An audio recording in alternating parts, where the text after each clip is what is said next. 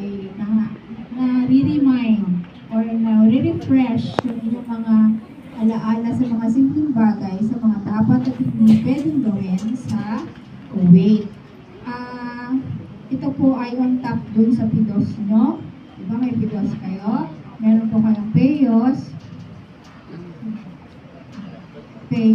at saka meron pa po kayong PAOS or post-arrival orientation pagdating mo doon. So sagana po kayo sa paalala at ayaw namin kasi kayong makalimot. Ang malaking issue po kasi or kaso nagsisimula sa maliit. So kung yung maliit na yun ay hindi nyo pinansin or ginawa nyo dahil feeling mo ay simpleng bagay, ay pwede pong lumaki ang issue. So ito po ay paalala. So kahit po kayo ay nakarinig na, meron po kayong matututunan at malalamang additional information dun sa ating speaker ngayong hapon. So, tinatawag na po natin ang ating speaker.